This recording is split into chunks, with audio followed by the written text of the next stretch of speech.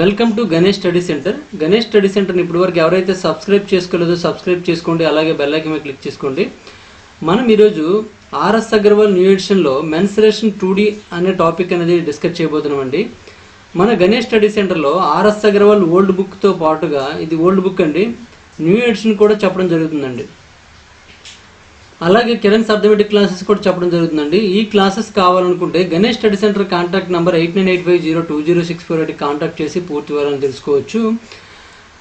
RSR old ఎడిషన్లో చూసుకున్నట్లయితే 2500, RSR new ఎడిషన్లో చూసుకున్నట్లయితే 5000 and Kiran బుక్లో చూసుకున్నట్లయితే 9500 బిట్స్ అండి. ప్రతి బిట్ కూడా ఎక్స్ప్లెయిన్ చేయడం జరుగుతుందండి. అది అన్ని కూడాను షార్ట్ కట్ అండ్ ఆప్షన్ త్రూగా చెప్పడం జరుగుతుంది. ఈ వీడియోస్ మీకు కావాలనుకుంటే గణేష్ స్టడీ సెంటర్ కాంటాక్ట్ నెంబర్కి మీరు కాంటాక్ట్ చేసి పూర్తి వివరాలను కనుక్కోవచ్చు. లేదా గణేష్ స్టడీ సెంటర్ యాప్ని మీరు ప్లే స్టోర్ నుంచి డౌన్లోడ్ చేసుకొని కూడా పూర్తి వివరాలను డౌన్లోడ్ చేసుకోవచ్చు అండి. యాప్ లోగో ఈ విధంగా ఉంటుంది. అయితే మనం ఈరోజు ఆర్ఎస్ అగర్వాల్ న్యూ ఎడిషన్లో మెన్సురేషన్ 2Dలో భాగంగా మన బుక్లో చూసుకున్నట్లయితే ఏరియాస్ అని కనిపిస్తుందండి. అందులో ఇప్పటి వరకు మనము 340 క్వశ్చన్ కంప్లీట్ చేసామండి. 341 నుండి చూడండి. A circle is inscribed in a square of side 54 centimeters and another circle circumscribes the same square. Then the ratio of the circumference of the bigger circle to the smaller circle is అని ఇచ్చాడండి. ఒక వృత్తం 54 సెంటీమీటర్ల భుజం పొడవు గల చతురస్రంలో ఉంటుందటండి. ఒక వృత్తం అనేది 54 సెంటీమీటర్ల భుజం పొడగల చిత్రస్త్రంలో ఉంటుంది. మరియు మరొక వృత్తం అదే చిత్రస్త్రానికి బయట ఉంటుందండి. ఒక వృత్తం చిత్రస్త్రానికి లోపల ఉంటుంది, మరొక వృత్తం ఏంటంటే బయట ఉంటుందంట. అప్పుడు పెద్ద వృత్తము చిన్న వృత్తం యొక్క చుట్టుకొలతల నిష్పత్తి కావాలండి. మనము ఏదైనా ఒక వృత్తం లోపల కానీ బయట కానీ ఉండేట్లు ఒక వృత్తం ఉన్నప్పుడు మనము లెక్క చేయడం జరిగిందండి ఇంతకుముందు. ఇప్పుడు 2 వృత్తాలు ఉన్నాయి కాబట్టి మనం ఆ రెండింటికి సంబంధించిన లెక్క చేద్దాం. చూడండి, ఒక వృత్తం ముందు ఏంటంటే ఒక వృత్తము 54 సెంటీమీటర్ల భుజం పొడవు గల చతురస్రం లోపల ఉంది కాబట్టి చతురస్రం లోపల ఒక వృత్తం వేద్దామండి. ఒక వృత్తం ఇది చిన్న దేశాను, ఎందుకంటే 2 ఉన్నాయి కాబట్టి. ఇది ఒక చతురస్రం లోపల ఉంది కాబట్టి ఇది ఒక చతురస్రం వేస్తున్నాను. ఈ చతురస్రం యొక్క లోపల ఆ వృత్తం ఉందని అర్థం అన్నమాట. ఓకేనా? ఇప్పుడు దీనిపైన ఈ చతురస్రానికి బయట మరొక వృత్తం ఉందండి.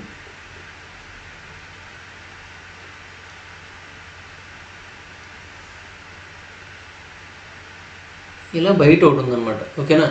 ఈ విధంగా మనకి డయాగ్రామ్ వచ్చిందండి. లేదంటే డయాగ్రామ్ ఒకటి ఇన్సర్ట్ చేసేస్తే బెస్ట్ ఏమనిపిస్తుంది. ఈ విధంగా మనం డయాగ్రామ్ చూడండి గీసాను. ఇక్కడ మీకు నీట్గా అనిపిస్తుంది. ఎక్కడికంటే ఇక్కడ బాగుంది కదా, ఒకసారి దీన్ని రీప్లేస్ చేద్దాము.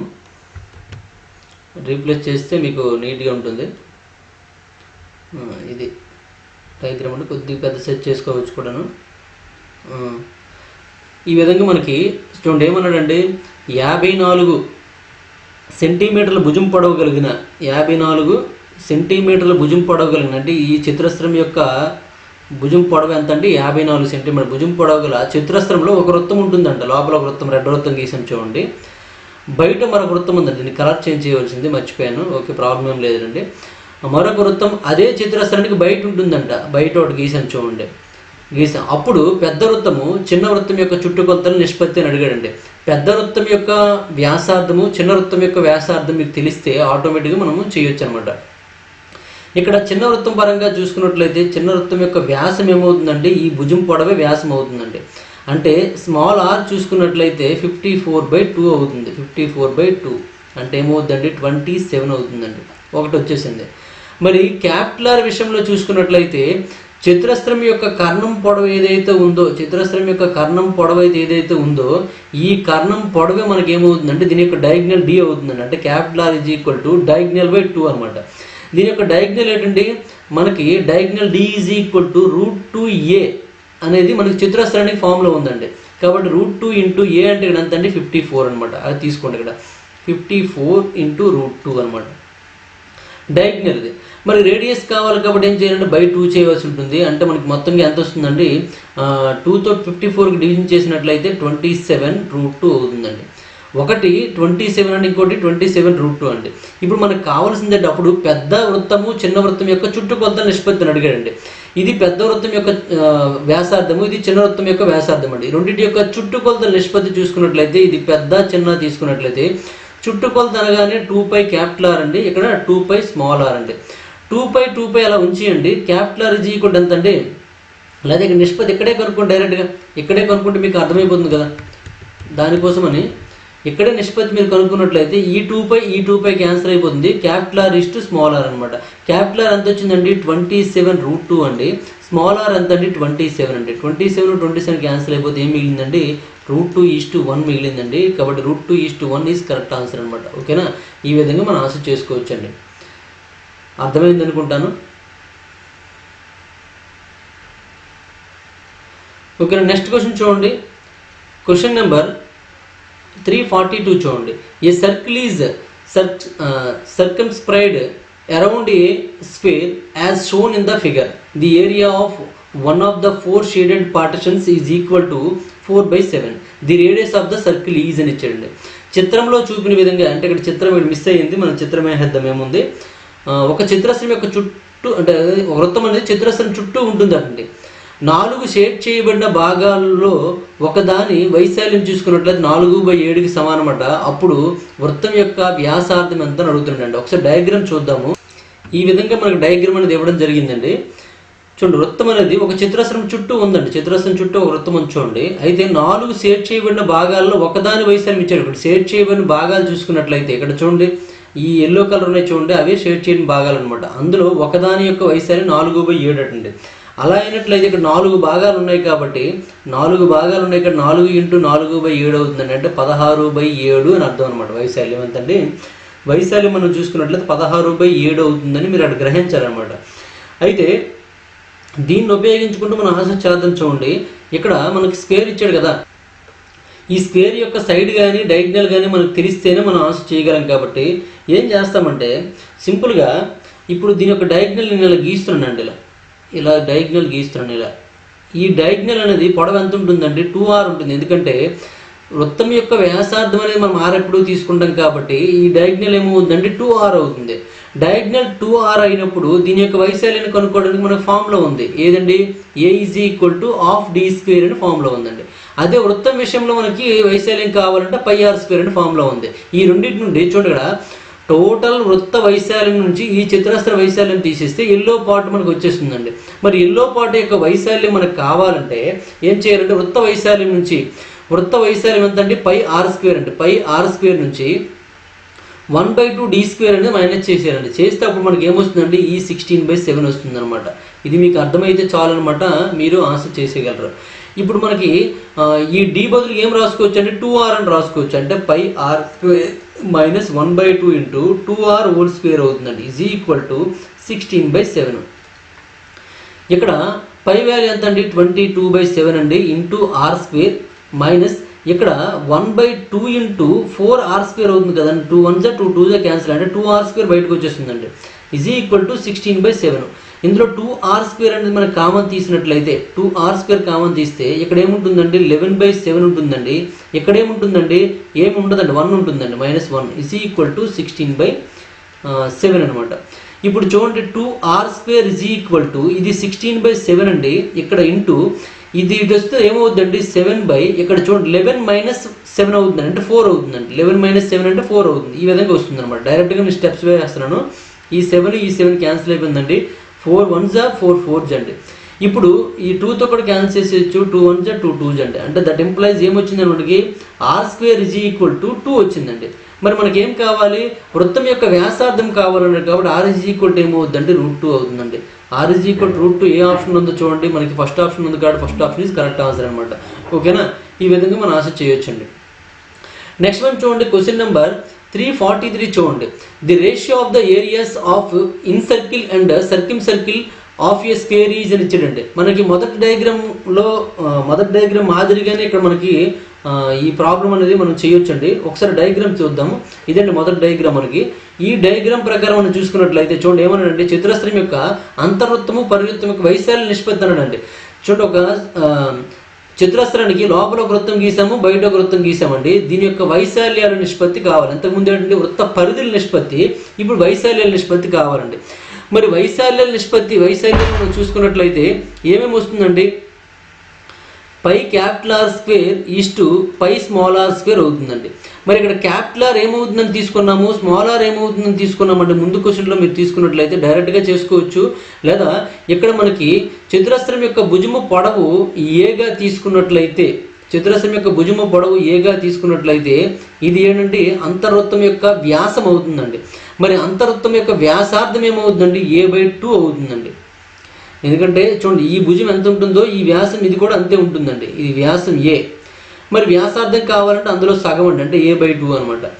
అదే మనం డయాగ్నల్గా గీసినట్లయితే పరివృత్తం యొక్క వ్యాసం వస్తుందండి. ఇలా డయాగ్నల్గా గీసినట్లయితే పరివృత్తం యొక్క వ్యాసం వస్తుంది. మరి డయాగ్నల్గా చూసుకున్నట్లయితే దీని యొక్క పొడవు చూసుకున్నట్టు √2a అండి. కాబట్టి దానిలో సగం ఏమవుతుందండి, √2a/2 అవుతుందండి. ఇప్పుడు ఇక్కడ వేసండి అది ఈ పై క్యాన్సిల్ అయిపోతుందండి. R square capital R square ఏమవుతుందండి, √2/2a² అండి ఈస్టు ఇక్కడ ఏమండి a/2² అండి.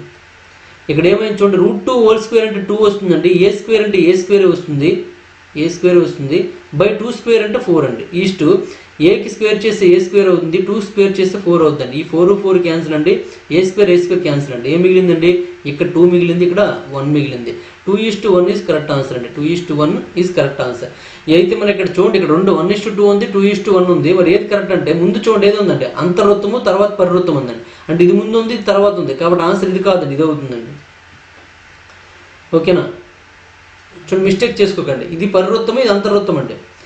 ఇది పరివృత్తము, ఇది అంతర్వృత్తం. మనకు కావాల్సిందండి ఆ/పా కావాలి, అంతర్వృత్తము పరివృత్తం కావాలి, కాబట్టి 1:2 అవుతుందండి. ఓకే, నెక్స్ట్ వన్ చూడండి, క్వశ్చన్ నెంబర్ 344 అండి. ఏ square circumscribes a circle and another square is inscribed in this circle with one vertex at the point of contact. The ratio of the areas of the circumscribed and the inscribed squares is అని ఇచ్చాడండి. ఇక్కడ కూడా same అనమాట. ఏముంటుంది, అంతర్వృత్తము పరివృత్తం యొక్క వైశాల్య నిష్పత్తి. మన ముందు క్వశ్చన్లో కూడా అదే ఇచ్చాడని చూడండి, ఇక్కడ సేమ్ అండి. క్వశ్చన్ సేమ్, అంతర్వృత్తం పరివృత్తం వైశాల్య నిష్పత్తి అన్నట్టు ఇక్కడ కూడా సేమ్ అనమాట. డయాగ్రామ్ మనకి వేస్తే అదే వస్తుందండి.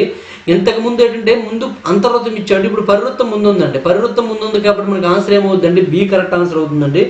సేమ్ ఆన్సర్ అనమాట. ఓకేనా, తేడా చూసుకోండి. ఇంతకు ముందు అంతర్వృత్తం ముందు ఉండేదండి, ఇక్కడ చూడండి అంతర్వృత్తం ముందు ఉంది కాబట్టి ఏమొచ్చిందండి 1:2 వచ్చిందండి. ఇక్కడ మనకి ఏమంటే పరివృత్తం ముందుంది, పరివృత్త అంతర్వృత్త వైశాల్య నిష్పత్తి అండి, కాబట్టి ఏమవుతుందండి 2:1 అవుతుందండి ముందు డయాగ్రామ్ ప్రకారమే. బిఫోర్ క్వశ్చన్ చూసుకోండి, before question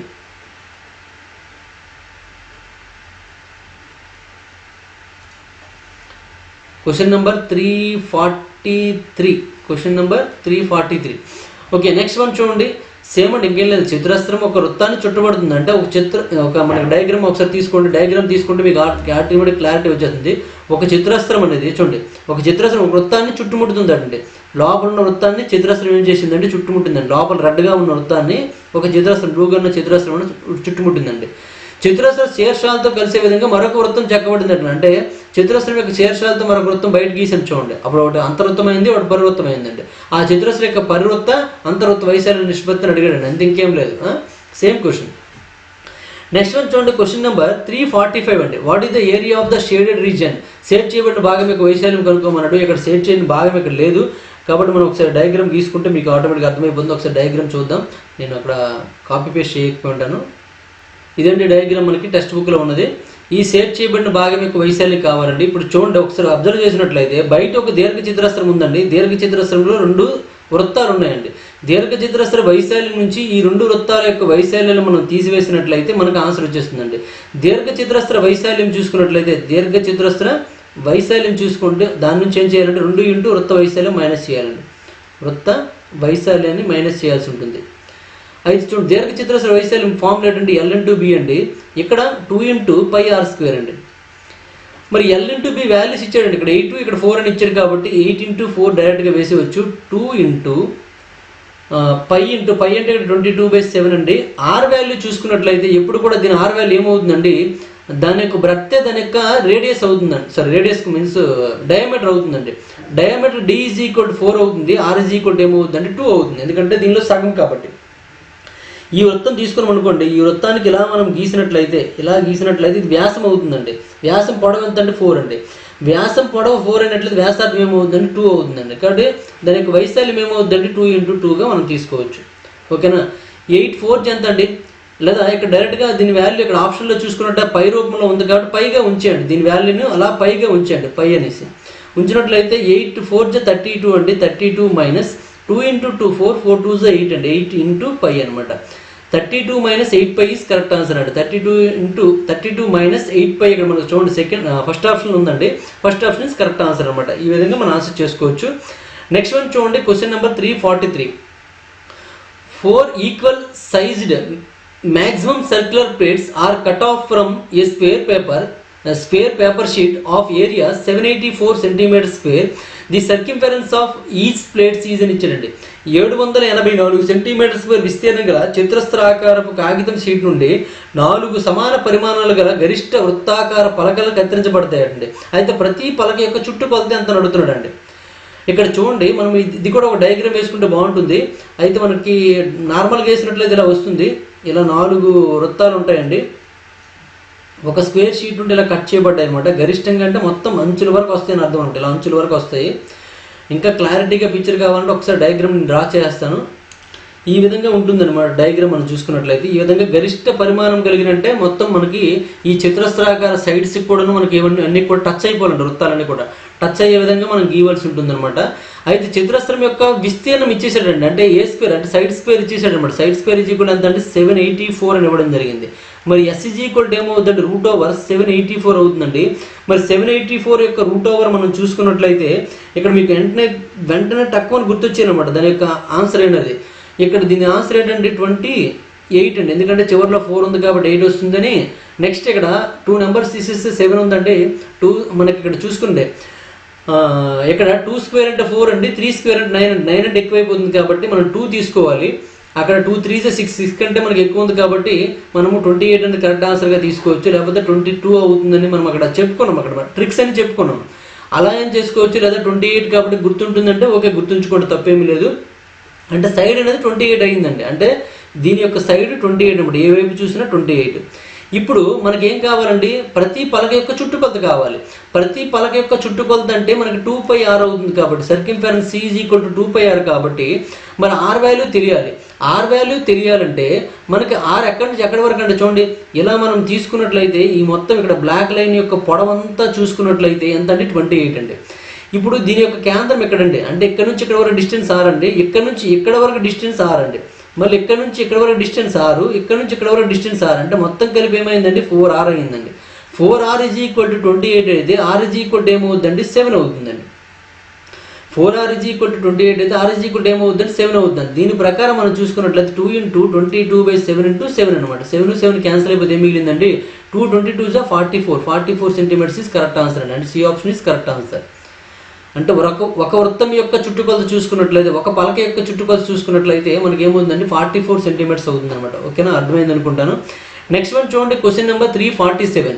there are 4 semi circular garden on each side of a square shaped pond with each side 21 meters. The cost of fencing the entire plot at the rate of 12.50 rupees per meter is అని ఇచ్చాడండి.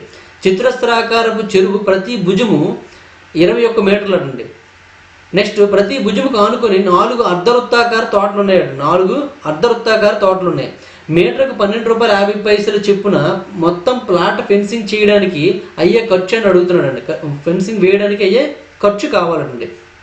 ఇక్కడ కూడా మీరు diagram observe చేసినట్లయితే ఇలా వస్తుందండి diagram. ఒక చతురస్రానికి 4 వైపులా 4 అర్ధవృత్తాలు ఉన్నాయండి. 4 వైపులా 4 అర్ధవృత్తాలు అంటే ఈ విధంగా ఉంటాయన్నమాట. ఇలా 4 అర్ధవృత్తాలు అనేది ఇలా గీసుకోండి. 4 అర్ధవృత్తాలు అండి. చూడండి, ఇదొక అర్ధవృత్తము, ఇదొక అర్ధవృత్తము, ఇదొక అర్ధవృత్తము, ఇదొక అర్ధవృత్తం. 4 అర్ధవృత్తాలు అవుతాయి. అంటే 2 పూర్తి వృత్తాలు అవుతాయి, లేదండి పూర్తి వృత్తాలు అవుతాయి. ఇప్పుడు చూడండి, దీని యొక్క పెరిమీటర్ చూసుకున్నట్లయితే చుట్టూ చూసుకున్నట్లయితే ఎక్కడుందండి, ఓన్లీ ఈ పైన రెడ్ గీతలు మాత్రమే పెరిమీటర్ అవుతుందండి. ఈ రెడ్ గీతలన్నీ కూడా 2 పూర్తి వృత్తాలకు సమానం అండి. రెండు పూర్తి వృత్తాల సమానం కాబట్టి వృత్తం యొక్క మనకి ఏమంటారు ఫెన్సింగ్ చేయాలి కాబట్టి చుట్టుకొలత కావాలి. చుట్టుకొలత కావాలంటే ఫార్ములా ఏంటంటే 2πr మళ్ళీ ఇంటూ 2 వస్తుంది, ఎందుకంటే రెండు వృత్తాలు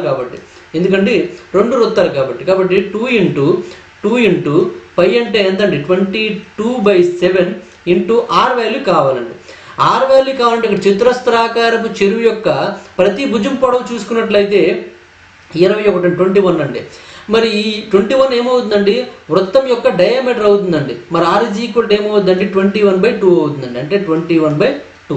ఈ 2 క్యాన్సిల్ అయిపోయిందండి. 7 1 7 3 అండి, 2 3 6 అండి. 6 ఇంటూ 22 చేసినట్లయితే మనకి 132 వస్తుందండి. 132 సెంటీమీటర్స్ అనమాట. ఏదండి మొత్తం చుట్టుకొలత, మొత్తం పెరిమీటర్ అనేది 132 సెంటీమీటర్లు. కానీ 1 సెంటీమీటర్లు కాదు మీటర్లు, ఎందుకంటే మీటర్లు ఇక్కడ ఇవ్వడం జరిగింది కాబట్టి 1 మీటర్కు 12.50 పైసలు చొప్పున అయినట్లయితే మొత్తం ఖర్చు కావాలండి. అంటే ఏమవుతుందండి 132 ఇంటూ 12.50 పైసలు అండి. ఇదే మనకి కరెక్ట్ ఆన్సర్ అవుతుంది. ఇక్కడ మనము ఈ 2 ఇంటూ చేయగలిగితే చేయండి, లేదా ఆప్షన్ త్రూ వెళ్ళిపోవచ్చండి. ఆప్షన్ త్రూ వెళ్ళారనుకోండి ఇక్కడ మనకి ఆన్సర్లు అన్ని చాలా డిస్టెన్స్ మెయింటైన్ చేస్తారండి, దూరంగా ఉన్నాయి, లేదా ఇందులో మనకి 11 ఉందండి. కాబట్టి ఇక్కడ కూడా 11తో క్యాన్సిల్ అయ్యి మనకు ఆన్సర్ అవుతాయి. ఆ విధంగా మనం చూసుకున్నట్లయితే ఫస్ట్ 1 11తో క్యాన్సిల్ అవుతుంది, ఎందుకంటే 1 + 6 7 అయిపోతుంది. 5 + 0 5 అండి, అంటే 2 డిఫరెన్స్ అనేది మనకి 0 కానీ 11 కానీ రాలేదు కాబట్టి ఇది కాదండి. ఇక్కడ 3 + 2 5 అండి, 1 0 0 అంటే 5 - 1 అంటే 4 వచ్చేస్తుంది అండి, ఇది కాదండి. ఇక్కడ 1 + 5 అంటే 6, 6 + 0 అంటే 6, రెండు కూడా మనకి ఇది 11తో క్యాన్సిల్ అవుతుందండి. ఇక్కడ 33 అనేది కూడా 11తో క్యాన్సిల్ అవుతుంది. మరి అయితే ఈ రెండింటిలో ఏదో ఒకటి కరెక్ట్ ఆన్సర్. ఇంకా మనకి ఇందులో టెక్నిక్ ఏముందో చూడండి. ఇక్కడ టెక్నిక్ ఏముంటుందండి, ఇక్కడ ఇందులో 3 ఉందండి, అంటే 3 టేబుల్తో 2 క్యాన్సిల్ అయిపోతాయి. నెక్స్ట్ దానివల్ల ఉపయోగం లేదు. నెక్స్ట్ ఇందులో 4 ఉందండి, 4 టేబుల్తో ఇది క్యాన్సిల్ అవ్వదండి. కానీ ఇక్కడ మనకి 0.5 ఉంది కాబట్టి అది మనం పరిగణలోకి తీసుకోవాల్సిన అవసరం లేదు. నెక్స్ట్ ఇంకా లేదంటే డీసమ్ చేసేయండి, ఏముంది డీసమ్ డైరెక్ట్గా చేసేద్దాం. చూడండి, డీసమ్ చేసినట్లయితే ముందు ఆప్షనల్ డీసమ్ చేయండి. ఆప్షనల్ డీసమ్ చేస్తే డీసమ్ 6 వస్తుందండి. ఇక్కడ డీసమ్ చూసుకున్నట్లయితే 1 + 6 7 అంటే 7 + 5 అంటే 12 అంటే డీసమ్ ఏమవుతుందండి 3 అవుతుందండి. ఇక్కడ టోటల్ డీసమ్ ఏదైతే వస్తుందో అదే మనకు ఆన్సర్ అవుతుంది. ఇక్కడ టోటల్ డీసమ్ 1 + 3 4 4 + 2 అంటే 6 అండి, ఇంటూ 1 + 2 3 3 + 5 8 అవుతుందండి.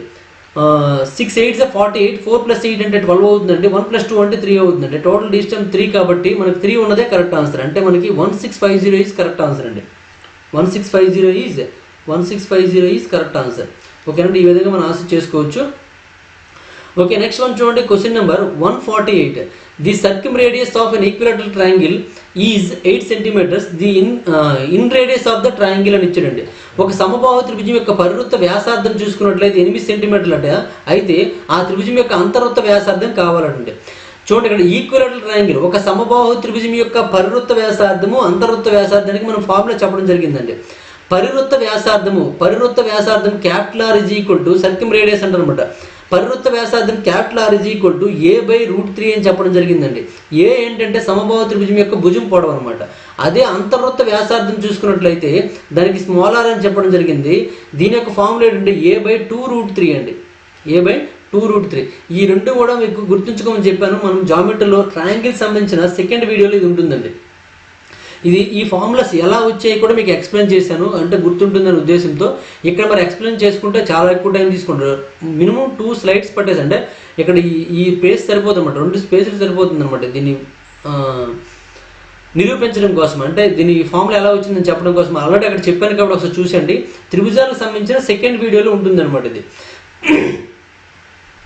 అయితే ఇక్కడ చూడండి, ఇక్కడ ఏమి ఇచ్చాడండి, పరివృత్త వ్యాసార్థం ఇచ్చాడండి. ఎంత అండి R అంటే A/√3 8 అని ఇచ్చాడండి. అంటే A ఏమవుతుందండి 8√3 అవుతుందండి. దీనిలో వేసేయండి. మనకేం కావాలి, r కావాలండి. r అంటే ఇక్కడ 8√3 అంటే చూడండి A/2√3 కదా, ఏ బదులు ఏం రాసుకోవచ్చండి 8√3 వేసుకోవచ్చండి, /2√3 అనమాట. ఈ √3 క్యాన్సిల్ అయిపోతుందండి. 2 1 2 4 కాబట్టి R ఏమవుతుందండి 4 అవుతుందండి. R 4 అవుతుంది. డైరెక్ట్గా 4 సెంటీమీటర్స్ అని ఆన్సర్ పెట్టవచ్చు. అయితే ఒకవేళ మీకు ఫార్ములా గుర్తు లేకపోతే అక్కడ ఒక పాయింట్ కూడా అంత అయిపోతుంది, ఒక పాయింట్ కూడా చెప్పానండి. సమబాహు త్రిభుజం యొక్క పరివృత్త వ్యాసార్థం R అనేది అంతర్వృత్త వ్యాసార్థానికి 2 రెట్లు అవుతుంది అని చెప్పుకోవడం కూడా జరిగిందండి. అది మీకు డైరెక్ట్గా గుర్తుంటే ఓకే. R ఇప్పుడండి ఓన్లీ సమబాహు త్రిభుజం మాత్రమే. సమబాహు త్రిభుజం అంటే ఈక్విలేటరల్ ట్రయాంగిల్కి మాత్రమే ఈ ఫార్ములా అనేది యూజ్ అవుతుంది అనమాట. ఓకే, నెక్స్ట్ వన్ చూడండి. క్వశ్చన్ నెంబర్ 349 ఏమి ఇచ్చారంటే the ratio of the areas of the circle in circle and circle of an equilateral triangle is ఇచ్చారండి. ఒక సమబాహు త్రిభుజం యొక్క అంతర పరివృత్త వైశాల్య నిష్పత్తి అని అడిగాడండి. అంతర పరివృత్త వైశాల్య నిష్పత్తి ఇంతకుముందే మనం కనుక్కున్నామండి, 1:2 వచ్చింది. ఇక్కడ 1:2 ఈజ్ కరెక్ట్ ఆన్సర్ అనమాట. అదే మనము ఆల్రెడీ చేయడం కూడా జరిగిందండి. ఎక్కడ జరిగిందండి, మనము ఎన్నో క్వశ్చన్ ఇదే వీడియోలో చెప్పామండి. ఇదే వీడియోలో 1:2 ఎంత అంటే ఇది క్వశ్చన్ నెంబర్ 339 332 ఎందుకంటే 1:2 వచ్చింది. సేమ్ క్వశ్చన్ అనమాట. 343లో మనకి ఏదైతే ఉందో అదే ఇక్కడ ఉందన్నమాట. క్వశ్చన్ నెంబర్ 343 అండి. నెక్స్ట్ వన్ చూడండి. క్వశ్చన్ నెంబర్ 350 చూడండి. The radius of circle of an equilateral triangle of side 12 centimetres is అని ఇచ్చాడండి. సమబాహు త్రిభుజం యొక్క భుజం పొడవు 12 సెంటీమీటర్లు అయినా పరివృత్త వ్యాసార్థం కావాలండి. పరివృత్త వ్యాసార్థం R ఈజ్ ఈక్వల్ ఇప్పుడే చెప్పుకోమండి A/√3 అన్నామండి. మరి ఇక్కడ ఏ ఇచ్చాడు త్రిభుజం యొక్క భుజం పొడవు, సమబాహు త్రిభుజం యొక్క భుజం పొడవు 12 ఇచ్చాడండి. కాబట్టి ఇక్కడ వేసేయండి 12/√3 అండి. 12/√3 అనేది ఇక్కడ ఆప్షన్లో లేదు కాబట్టి ఏం చేస్తామండి, √3/√3 చేసేస్తామండి. చేస్తే ఏమవుతుందండి 12 × √3 అవుతుంది. √3 × √3 ఏమవుతుందండి 3 అవుతుందండి. కాబట్టి 3 1 జా 3 4 జా. కాబట్టి రిజల్ట్ ఏమొస్తుందండి 4√3 వస్తుందండి. 4√3 సెంటీమీటర్స్ ఇస్ కరెక్ట్ ఆన్సర్. ఎక్కడ చూడండి 4√3 డి ఆప్షన్ ఉంది కాబట్టి D option is correct answer అండి. ఈ విధంగా మనం ఆన్సర్ చేసుకోవచ్చు. అందుకే మీకు గుర్తుంచుకోవలసి ఆ ఫామ్లో కూడా చెప్పడం జరిగిందండి. Capital R is equal to A/√3, small r is equal to A/2√3 అండి. సమబాహు త్రిభుజానికి మాత్రమేనివి. Therefore capital R is equal to 2 × small r. ఈ 3 ఫార్ములాస్ కూడా గుర్తుంటే ఇటువంటి క్వశ్చన్స్ ఏ వచ్చినా సరే సింపుల్గా మీరు ఆన్సర్ చేయవచ్చు అనమాట. ఓకేనండి, ఇప్పటివరకు మనం 350 క్వశ్చన్స్ కంప్లీట్ చేసామండి. ఇంకొక 7 వీడియోస్ రావచ్చు, అంటే ఒక 70 వరకు ఉన్నాయి ఇంకా క్వశ్చన్స్. అప్రాక్సిమేట్లీ 416 17 చూసాను నేను. మొత్తం ఇంకో 7 వీడియోస్లో మనకి మెన్సురేషన్ 2D అనేది కంప్లీట్ అయిపోతుంది. వెంటనే నేను 3D స్టార్ట్ చేస్తాను. అలాగే ఫిజిక్స్ క్లాసెస్ మనం స్టార్ట్ చేద్దాం అనుకున్నాము, దానికి కూడా నేను ప్లానింగ్లో ఉన్నాను. ఎవరి దగ్గరైనా సరే ఫిజిక్స్ సంబంధించిన క్వశ్చన్స్ ఉన్నట్లయితే, అంటే ఎక్కువ మనకి ఫిజిక్స్ క్లాస్ చెప్పమని మీ స్టూడెంట్స్ అనేది కామెంట్ రూపంలో ఫోన్ రూపంలో చెప్తున్నారు కదండి. మెయిన్ వాళ్ళు కోరుకునేది కూడా ఏమడిగారంటే ఓన్లీ ఫిజిక్స్లో ఉన్న సమ్స్ మాత్రం చెప్పండి సార్, మీరు చెప్పే విధంగా చెప్తే సింపుల్గా ఉంటాయి. ఆ సమ్స్ వచ్చేటప్పుడే మేము చేయలేకపోతున్నాము, ఏదైనా కంటెంట్ చదువుకోవడానికి అవకాశం ఉంది కానీ ఆ సమ్స్ అనేది ఆ ఫార్ములాస్ నెక్స్ట్ ఆ ప్రాసెస్ అంతా కూడా కన్ఫ్యూజన్ అనిపిస్తుంది అని అన్నారు. అయితే దానికోసం అనేది నేను ఎక్స్ప్లెయిన్ చేయాలి కాబట్టి ఎవరి దగ్గరైనా సరే ఫిజిక్స్ సమ్స్ అనేవి ఉన్నట్లయితే నా వాట్సాప్ నెంబర్ 8985020648 మీరు వాట్సాప్ చేసినట్లయితే అదే క్వశ్చన్స్ మనం ఎక్స్ప్లెయిన్ చేయడం జరుగుతుందండి. క్వశ్చన్ దాని ఆప్షన్స్ ఏముంటే ఆప్షన్స్ ఇవి మనకు పంపించినట్లయితే చాలు. Okay, thank you for watching. ఈ వీడియో మీకు నచ్చినట్లయితే లైక్ చేయండి, అలాగే కామెంట్ రూపంలో తెలియజేయండి. Thank you.